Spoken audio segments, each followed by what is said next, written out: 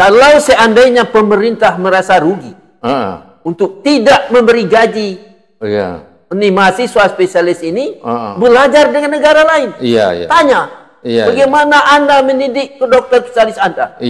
Itu aja Pak. Jadi oleh sebab itu, pemerintah sadarlah bahwa bangsanya akan tercipta spesialis yang hebat kalau semuanya dihargai. Betul.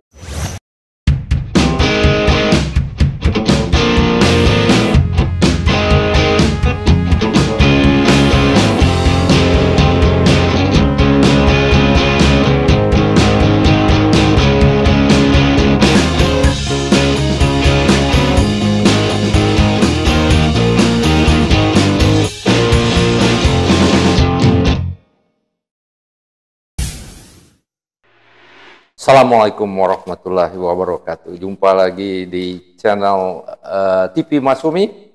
Saya Al Mizan, biasa dipanggil Kang Mizan. Pemirsa, kita mau bincang-bincang lagi mengenai dokter spesialis. Ini penting sekali, dokter spesialis kita ini dalam keadaan sekarang kita itu menyiapkan dokter spesialis antara lain ya untuk kebutuhan kita sendiri dan untuk siap bersaing dengan dokter-dokter spesialis dari Cina, dari India, dari Singapura dan lain-lain. Tapi masalahnya pendidikan dokter spesialis ini tidak baik atau buruk malah ya sangat menyedihkan dan program ini sangat memberatkan calon dokter spesialis dan ini memberikan lingkungan nuansa yang tidak baik untuk dokter spesialis yang bisa mengabdi sepenuh hati ketika nanti sudah selesai pendidikannya. Nah, untuk itu kita akan bincang-bincang dengan Dr. Wazri Afifi ya, dosen dalam dan luar negeri. PhD Pak Wazri ini adalah etika public health, etika kesehatan umum. Nah, assalamualaikum Pak Wazri. Waalaikumsalam warahmatullahi wabarakatuh Pak. Nah, kita mau bicara sedikit ini karena banyak bagi orang awam itu kurang paham pendidikan ini. Pertama, pendidikan dokter spesialis ini kira-kira beda jauh dengan ini ya program pendidikan biasa atau gimana itu kira-kira lingkupnya, garis-garis besar dari program dokter spesialis ini. Ya, ini kita menganggap semua anak muda bangsa Indonesia ini sama Pak. Iya. Jadi karena sama itulah, mana yang mempunyai belajarnya berat, beri apresiasi yang berat juga. Untuk keadilan Pak. Nanti kalau kita bicarakan misalnya dokter spesialis harus diberi gaji. Apakah itu harus atau tidak harus? Itu tergantung daripada apa yang dibuat oleh negara ini Pak. Iya betul.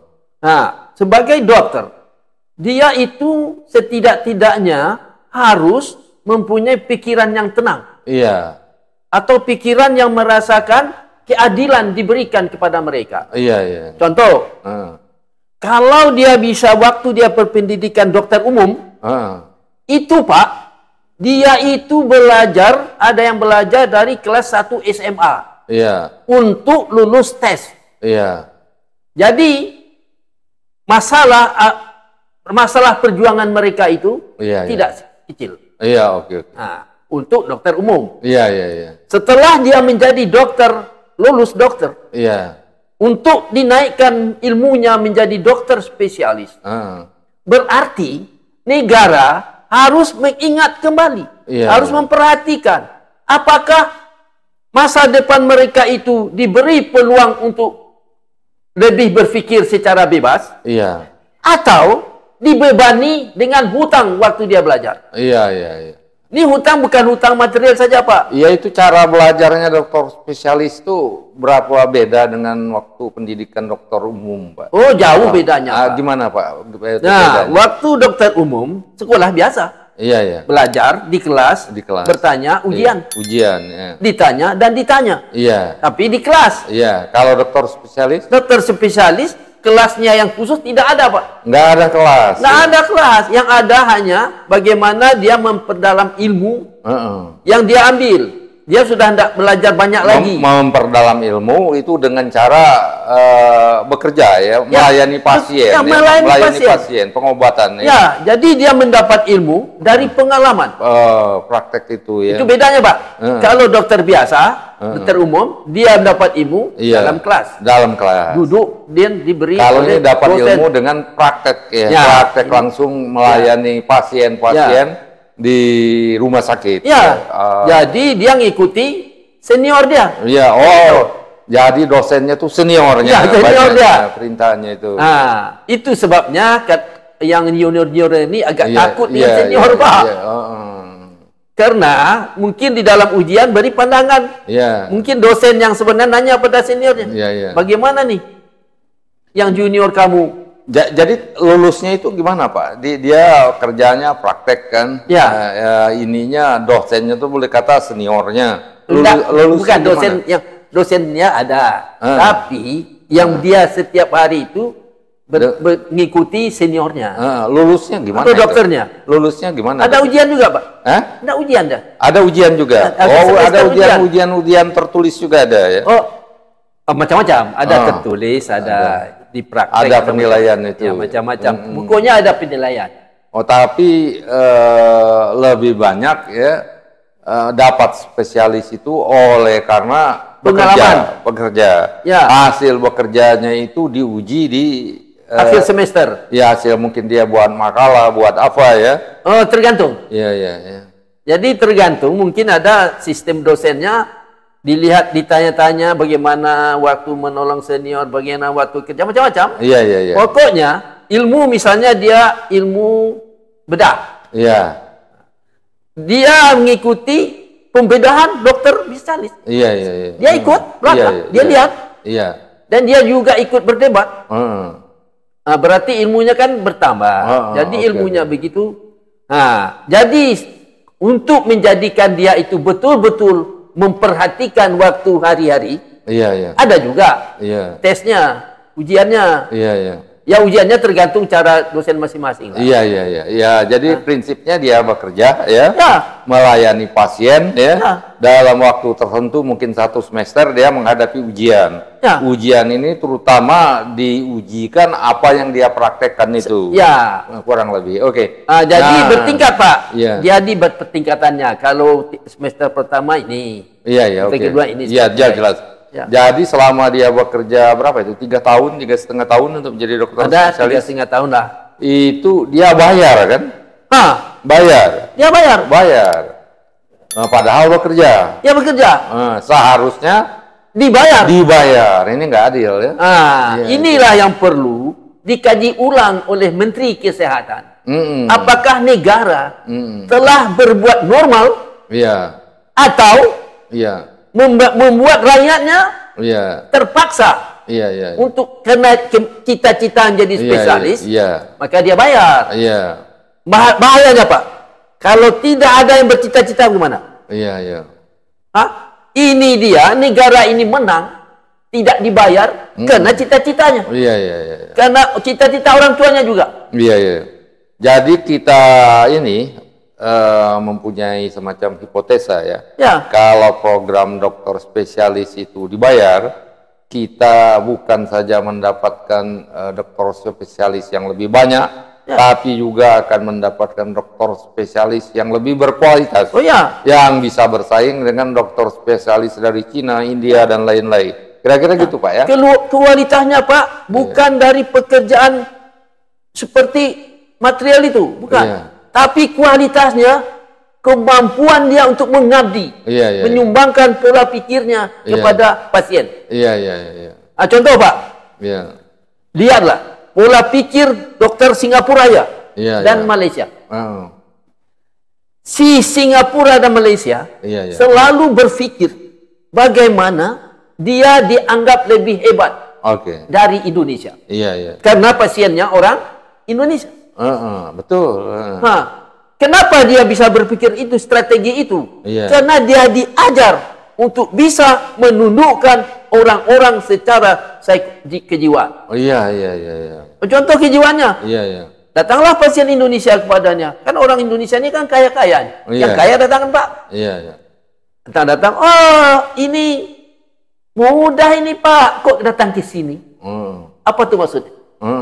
Maksudnya mempengaruhi kejiwaan pasien. Iya. Bahwa dia lebih hebat dari dokter Indonesia.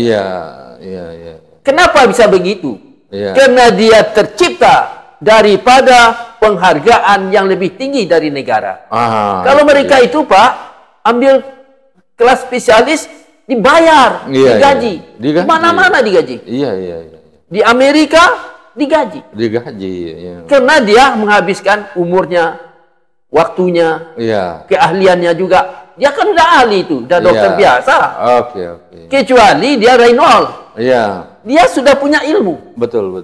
Dan ilmu itulah yang diterapkan kepada pasien. Iya. Maka karena dia menggunakan ilmunya, maka negara wajib membayar. Iya, betul. Iya. Ya. Dan uangnya ada sebetulnya. Harus ada. Uangnya sudah ada. Kalau tidak ada, diadakan. 20% itu besar. Iya. 20% dari anggaran ini pendidikan besar. Dan banyak itu uangnya itu dikeluarkan kepada hal yang nggak tepat menurut saya. Ya. Misalnya program kartu prakerja itu ngabisin 60-70 triliun dan banyak lagi program-program lain. Makan gratis. Makan gratis itu 71 triliun ya. Ya ini banyak lagi. Ya, makan gratisnya saya kira dari program pendidikan juga, anggaran pendidikan. Nah, yang inilah yang perlu kita himbau itu ya. Supaya dokter spesialis ini programnya itu dibiayai oleh pemerintah dalam arti mahasiswanya, dosen mahasiswa ini program spesialis ini mendapat bayaran gaji karena mereka bekerja, bekerja, bukan belajar aja, bekerja dan belajar itu lebih berat lagi. Apa sebab dia bekerja Pak? Dia menggunakan ilmu dokternya. Kalau dia tidak ada ilmu, dia tidak bisa melayani pasien. Kalau kita buat analogi gini Pak, di banyak negara maju, Pak Wazri tahu kan, kalau graduate student, umumnya kan gratis gitu. Mereka kuliahnya gratis dan dapat gaji. Mereka bekerja, memeriksa mahasiswa baru kan, baik dari graduate student maupun yang dari undergraduate ya. Jadi program-program graduate student itu dibayar mereka itu. Dia pekerjaannya mengoreksi aja kan, grader aja. Itu pun dibayar. Itu dibayar. Dia sekolahnya nggak dibayar, pekerjaan gradernya itu dibayar juga. Nah, dibayar wajar, cukup mencukupi, jauh mencukupi dari UMP semacam UMP. Jadi kalau kita analogikan di sini. Ini miris sekali ini kalau program yang berat ya dokter spesialis itu di samping membayar mereka nggak diberi gaji padahal bekerja. Coba ini Pak, kan ada dokter spesialis bunuh diri. Iya banyak ada 2-3 itu buktinya bahwa dia belajar di bawah tekanan. Betul. Tidak mungkin tercipta ahli yang didapatkan ilmunya keahliannya itu di bawah tekanan. Tekanan macam-macam. Tekanan daripada masyarakat, tekanan daripada kehidupannya, tekanan dari kerasnya ilmu, kerasnya peraturan-peraturan, yang tidur tidak pernah tidur. Dia tidak tidur Pak. Kalau misalnya jam 12 malam dipanggil harus datang. Harus datang, itu ya, on call terus. Kalau orang yang telah menghabiskan masa hidupnya, dengan kekerasan yang begitu banyak, masa tidak digaji? Sangat tidak adil ya, sangat dizolimi. Oke, pemirsa, saya kira ini mudah-mudahan bermanfaat ya. Seruan kita dokter spesialis, program dokter spesialis ya, itu sebaiknya dan akan sangat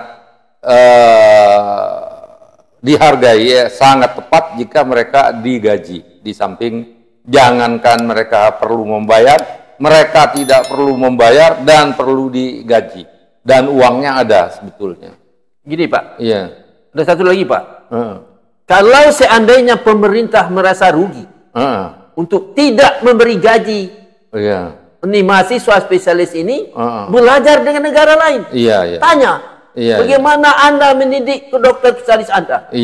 Itu aja, Pak. Jadi oleh sebab itu, pemerintah kembali sadarlah bahwa bangsanya akan tercipta spesialis yang hebat kalau semuanya dihargai. Betul. Manusia ini kan dihargai. Malah dihina lagi, Pak. Dihinanya begini. Karena dokter Indonesia tidak betul, perlu diundang dokter luar negeri. Kan misalnya dia tidak betul, kan bukan karena dokter spesialis yang salah. Mereka tidak dihargai. Hidup 3,5 tahun dan 3 tahun tanpa membiayai istri anak mereka. Dengan usaha sendiri. Padahal seakan-akan pemerintah tidak tahu bahwa peserta spesialis ini juga ingin hidup seperti manusia lain. Betul. Jadi oleh sebab itu, Pak, pemerintah berhenti mengimpor dokter luar negeri. Kalau pemerintah tidak merubah tidak merubah kebijakannya mengenai program dokter spesialis ini, ya kita terus-menerus segini akan dibanjiri oleh dokter-dokter spesialis dari Cina, dari India, dari Singapura, dan orang-orang kita sakit-sakit sedikit akan berobat ke Malaka, berobat ke Penang, berobat ke Mount Elizabeth di Singapura demikian saya kira pemirsa, mudah-mudahan bermanfaat. Wabillahi taufiq wal hidayah. Wassalamualaikum warahmatullahi wabarakatuh.